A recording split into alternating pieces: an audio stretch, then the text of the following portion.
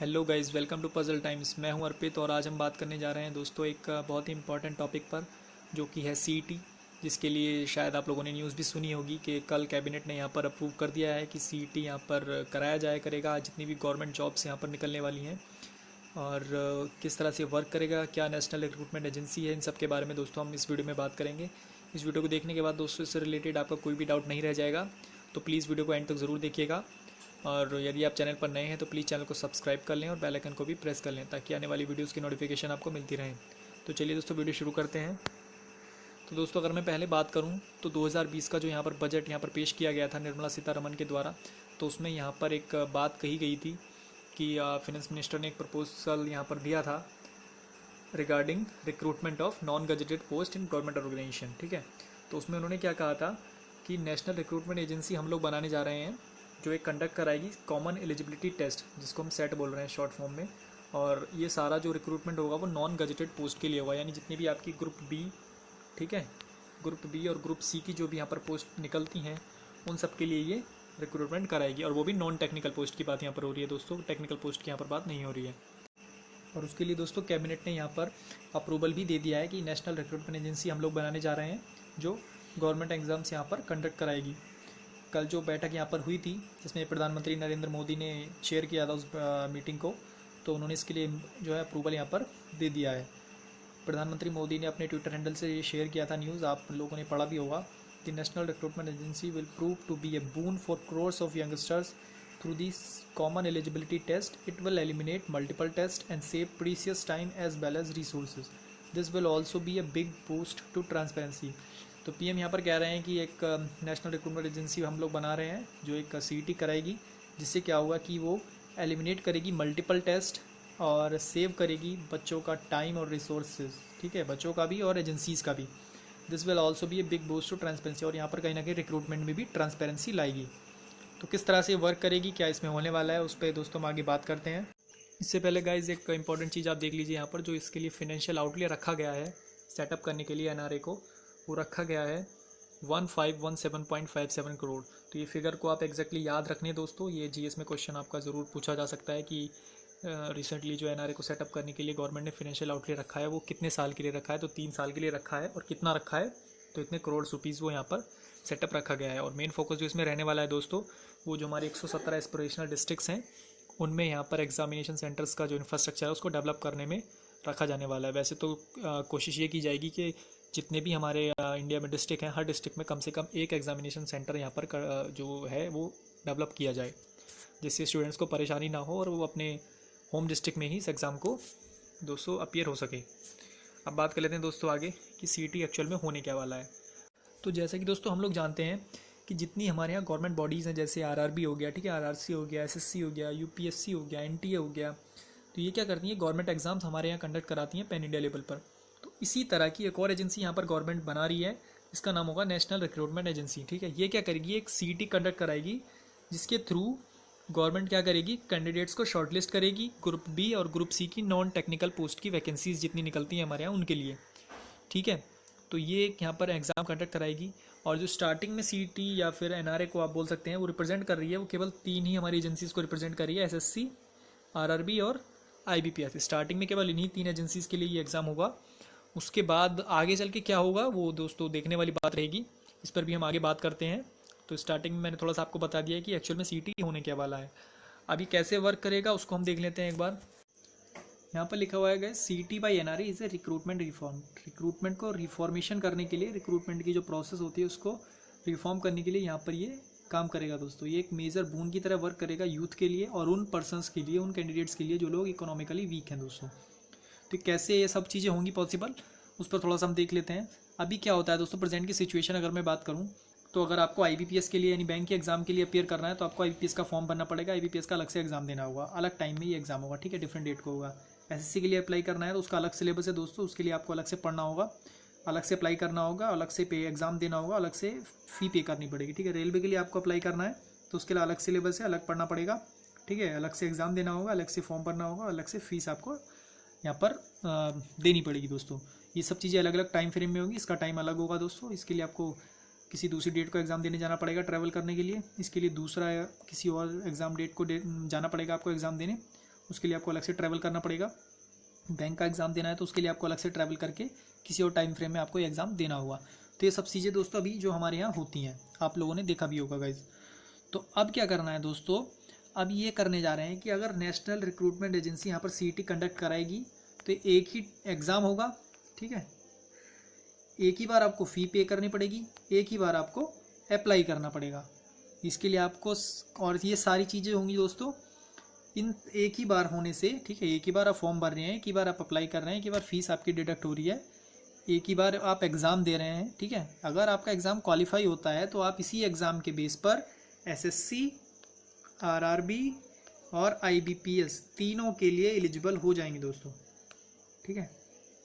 तीनों एजेंसीज़ के लिए अप्लाई करने के लिए आप एलिजिबल हो जाएंगे अगर आपका सीईटी यहाँ पर क्लियर होता है दोस्तों। क्या इसमें कट ऑफ का सीन रहने वाला है, कितने मार्क्स पर एसएससी हायर करेगा, कितने मार्क्स पर आरआरबी हायर करेगा, या कितने मार्क्स आईबीपीएस के लिए होंगे, वो सब देखने वाली बात रहेगी आगे चल के। अभी बहुत सारे मुद्दे इसमें बचे हुए हैं जो अभी आने बाकी हैं। बहुत सारे गवर्नमेंट के सर्कुलर्स यहाँ पर आने वाले हैं इसको लेकर कि किस तरह से इसका प्रोसेस पूरा रहने वाला है। तो अभी सिर्फ इतना है, आपको एक ही एग्ज़ाम देना है, एक ही बार आपको फ़ीस आपकी डिडक्ट होगी, ठीक है, एक ही बार अप्लाई करना है। और आप जितने भी यहाँ पर 3 एजेंसी जैसे कि मैंने बताया, एसएससी और आईबीपीएस और आरआरबी, इन 3 एजेंसीज़ के लिए जितनी भी पोस्ट यहाँ पर निकलती हैं उन सब के लिए आप एलिजिबल हो जाएंगे दोस्तों, सिर्फ एक एग्ज़ाम के थ्रू।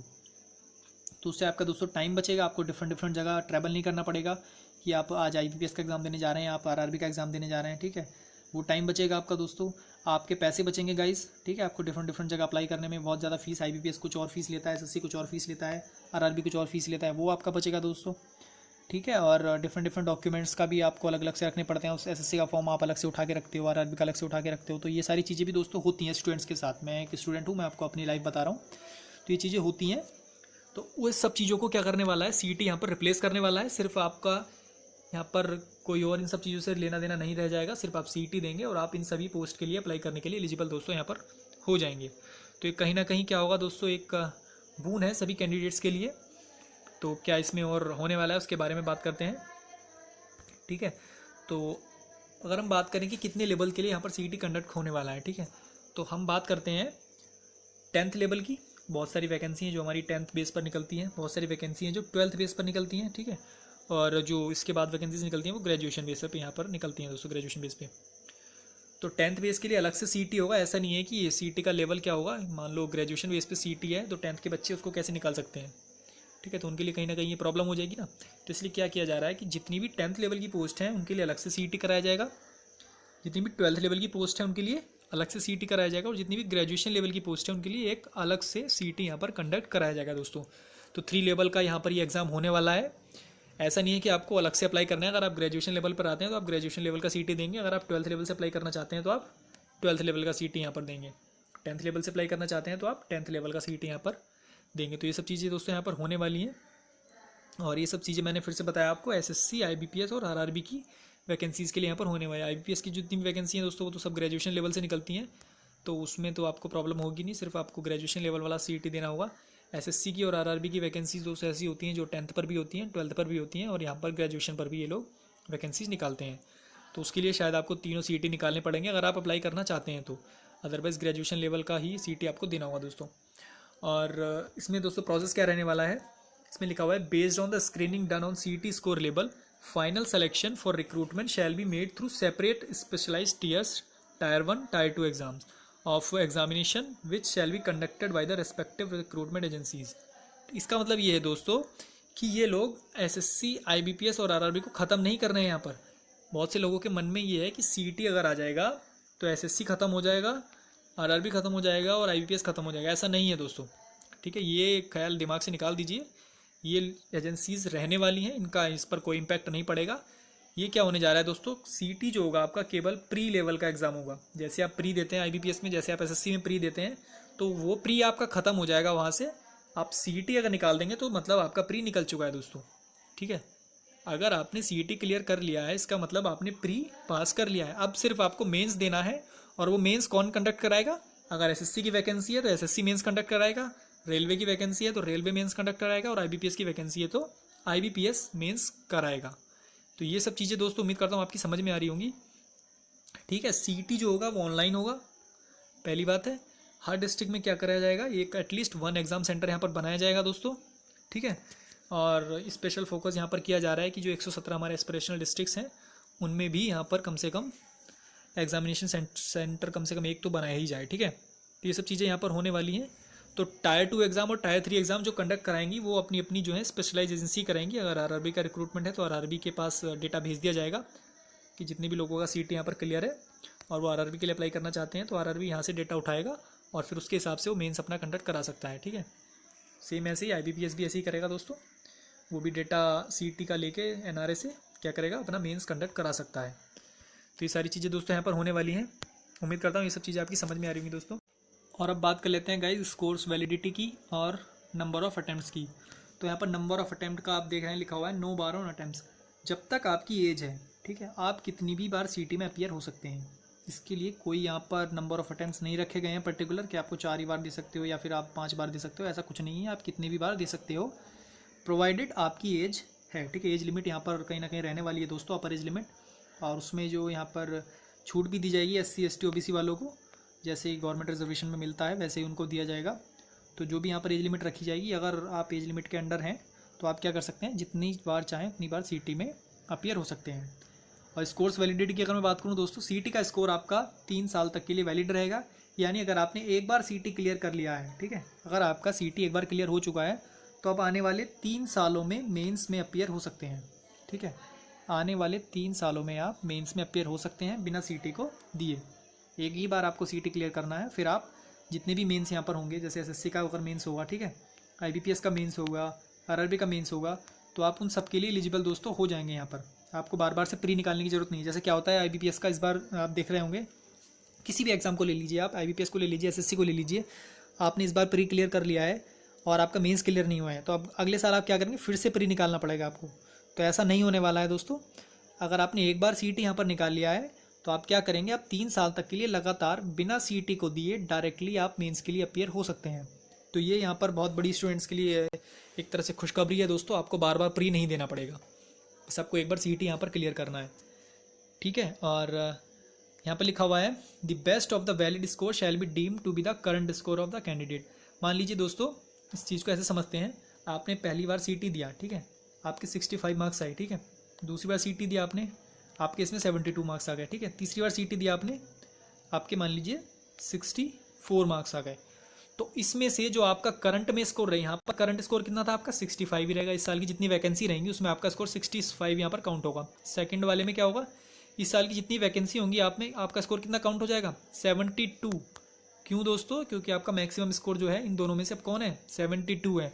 तो आपका जो करंट स्कोर हो जाएगा वो 72 हो जाएगा। थर्ड ईयर की अगर मैं बात करूँ दोस्तों, थर्ड टाइम की, तो उसमें आपका स्कोर 64 है, लेकिन आपका जो स्कोर यहाँ पर करंट में रहेगा वो 64 नहीं रहेगा दोस्तों, अब भी आपका स्कोर 72 ही चलेगा, क्योंकि इन तीनों में जो मैक्सिमम स्कोर है आपका वो कितना है, 72। तो ये चीज़ आप समझ पा रहे होंगे दोस्तों, जितना आपका स्कोर मैक्सिमम रहेगा वही काउंट होगा आपका।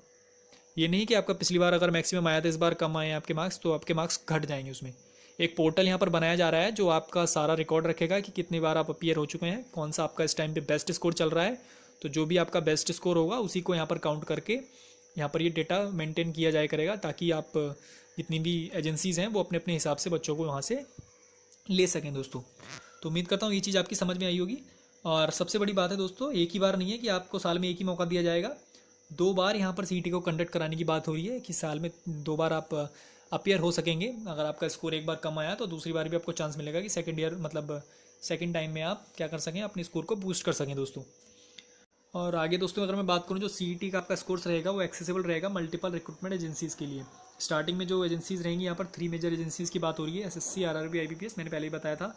लेकिन इसमें ये लोग बोल रहे हैं कि आगे चल के ये लोग क्या करने वाले हैं कि इसी चीज़ को यानी सीईटी को आपके, ठीक है, सेंट्रल गवर्नमेंट की जितनी वैकेंसीज़ होंगी, स्टेट गवर्नमेंट की जितनी होंगी, union territories, public sector undertaking और प्राइवेट सेक्टर में भी इंप्लीमेंट किया जाया करेगा दोस्तों।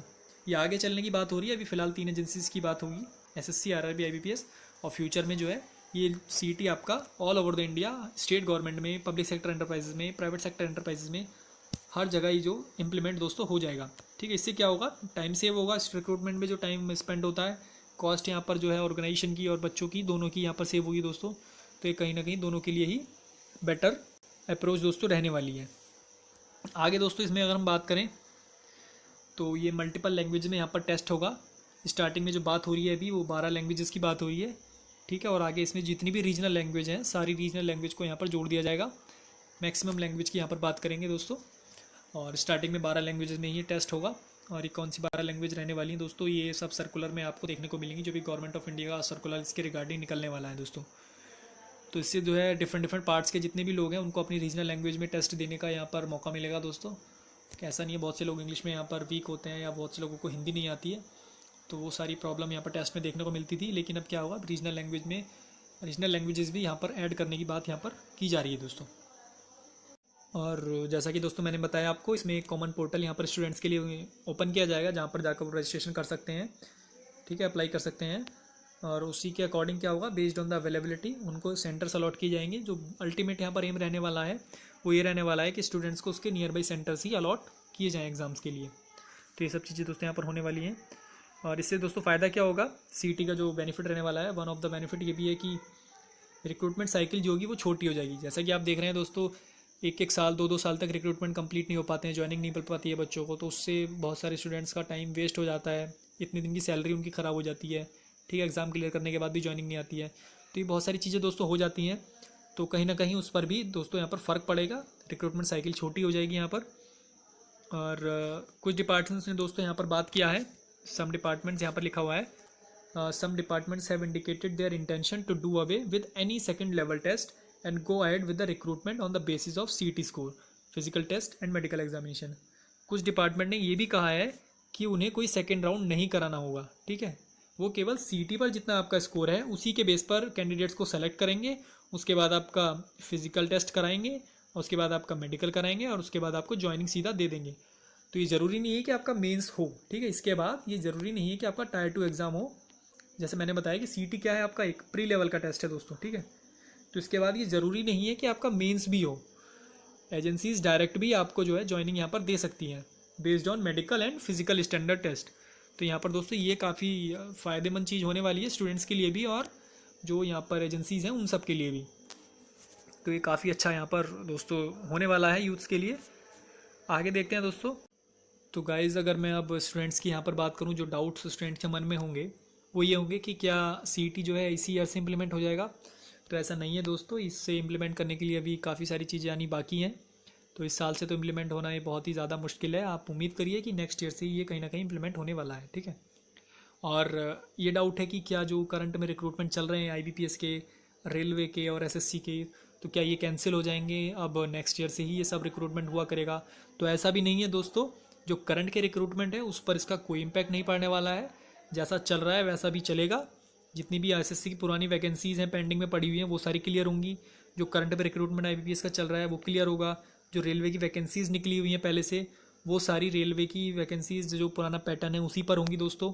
अभी कोई नया पैटर्न यहाँ पर लागू नहीं होने वाला है, ठीक है। तो उस चीज़ से आप बेफिक्र रहिएगा। नेक्स्ट ईयर से इंप्लीमेंट होगा तो नेक्स्ट ईयर से जितनी भी वैकेंसीज़ आएंगी दोस्तों, वो सारी वैकेंसीज़ जो है यहाँ पर नेशनल रिक्रूटमेंट एजेंसी के थ्रू कराए गए CET के थ्रू होंगी दोस्तों, ठीक है। तो उस चीज़ को आप ध्यान में रख लेना थोड़ा सा। और क्या यहाँ पर सिलेबस, एग्ज़ाम पैटर्न रहने वाला है दोस्तों, उन सब चीज़ों के बारे में भी कोई यहाँ पर इन्फॉर्मेशन नहीं आई है। जल्दी गवर्नमेंट ऑफ इंडिया का कोई सर्कुलर आएगा, उसमें यहाँ पर ये चीज़ें आपको देखने को मिलेंगी। कितनी एग्ज़ाम फीस रहने वाली है वो सब चीज़ें उसी में आपको पता लगेंगी। अपर एज लिमिट कितनी रहने वाली है, अपर एज लिमिट ज़रूर रहेगी दोस्तों। इसमें नंबर ऑफ अटैम्प्ट्स का कोई यहाँ पर बार नहीं लगाया गया है, लेकिन एज लिमिट का ज़रूर यहाँ पर बार रहेगा गाइज। तो उसका आप लोग ध्यान रखिएगा।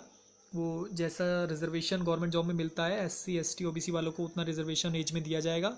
बाकी जो जनरल और EWS वाले कैंडिडेट्स हैं उन सब के लिए जो है अपर एज लिमिट का यहाँ पर कोई ना कोई सर्कुलर आएगा दोस्तों। और एक सबसे बड़ा मेजर डाउट कि IBPS RRB और SSC ख़त्म हो जाएंगे, तो नहीं दोस्तों। जैसा कि मैंने कहा, CET क्या है, आपका एक प्री लेवल का टेस्ट है, ठीक है, प्री लेवल का टेस्ट है। जैसा कि IBPS प्री मेंस एग्ज़ाम कराता है, SSC प्री मेंस एग्ज़ाम कराता है और RRB प्री मेंस एग्ज़ाम कराता है आपका, ठीक है। तो अब क्या होगा, ये जो रिक्रूटमेंट एजेंसीज़ हैं ये सिर्फ मेंस एग्ज़ाम कंडक्ट कराएंगी, ठीक है। ये सिर्फ क्या करेंगी, मेंस एग्ज़ाम कंडक्ट कराएंगी। प्री जो होगा आपका CET एज ए प्री आपका काउंट होगा दोस्तों, बस इतना आपको माइंड में रखना है। CET निकाल लिया मतलब आपने प्री निकाल लिया। अब आने वाले अगले 3 सालों तक आप डायरेक्टली IBPS का मेंस दे सकते हैं, आप डायरेक्टली SSC का मेंस दे सकते हैं, आप डायरेक्टली RRB का मेंस दे सकते हैं। उम्मीद करता हूँ ये सब चीज़ें आपकी समझ में आ रही होंगी दोस्तों। साल में 2 बार CET कंडक्ट कराया जाएगा, आपको अपना स्कोर बूस्ट करने का पूरा चांस यहाँ पर दिया जाएगा। कितनी भी 12 अब अपीयर हो सकते हैं। जो आपका बेस्ट स्कोर रहेगा उसी को आपका करंट स्कोर काउंट किया जाएगा। ये सब चीज़ें दोस्तों मैंने आपको बता दी हैं।